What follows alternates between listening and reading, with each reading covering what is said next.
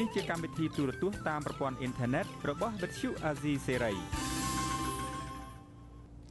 ចាសសួស្តីលោកអ្នកនាងកញ្ញាជាទីមេត្រីមាតិកាព័ត៌មានសម្រាប់ថ្ងៃនេះរួមមាន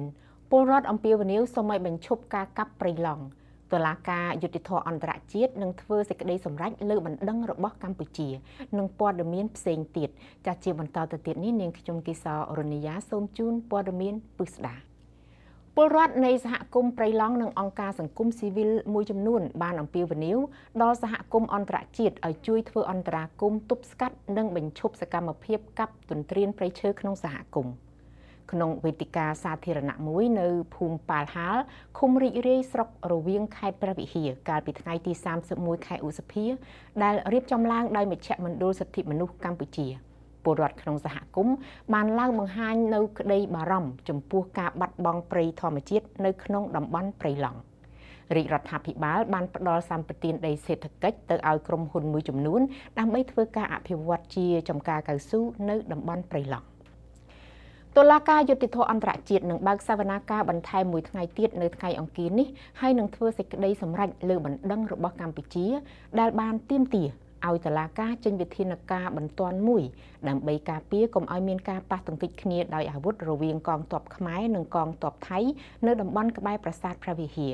ក្នុងសវនាការកាលពីថ្ងៃទី30ខែឧសភារ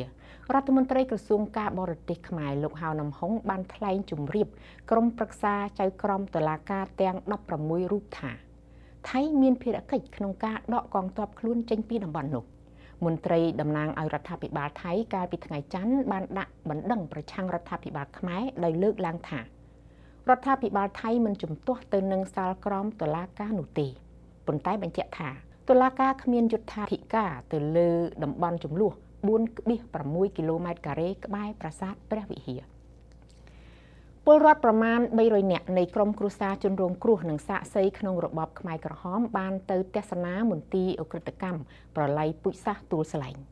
ក្នុងដំណើរទស្សនកិច្ចសិក្សាកាលពីថ្ងៃទី31ខែឧសភាឆ្នាំ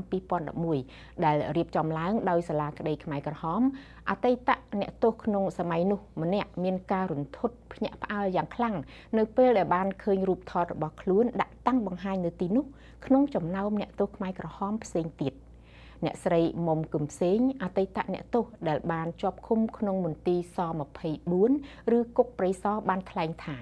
គាត់បានរកឃើញរូបថត3សន្លឹកផ្សេងគ្នាមានម្ដាយប្អូនស្រីរួមទាំងរូបគាត់ផងដែលសុទ្ធតែនៅរស់រានមានជីវិតទាំងអស់គ្នាអាជ្ញាធរជាតិប្រយុទ្ធប្រឆាំងគ្រឿងញៀនបានប្រកាសបន្តការបង្ក្រាបគ្រឿងញៀនឲ្យកាន់តែមានប្រសិទ្ធភាពនិងខ្លាំងក្លាថែមទៀតនៅឆ្នាំ2011នេះនៅក្នុងសន្និបាតកាលពីថ្ងៃទី31ខែឧសភា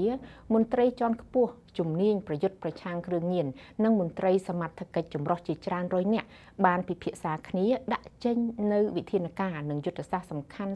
14ចំណុចដើម្បីបង្ក្រាបការជួញដូរការធ្វើចរាចរណ៍និងការផលិតគ្រឿងញៀនដែលកំពុងតែគំរាមកំហែងយ៉ាងខ្លាំងដល់សន្តិសុខជាតិនិងសុវត្ថិភាពប្រទេស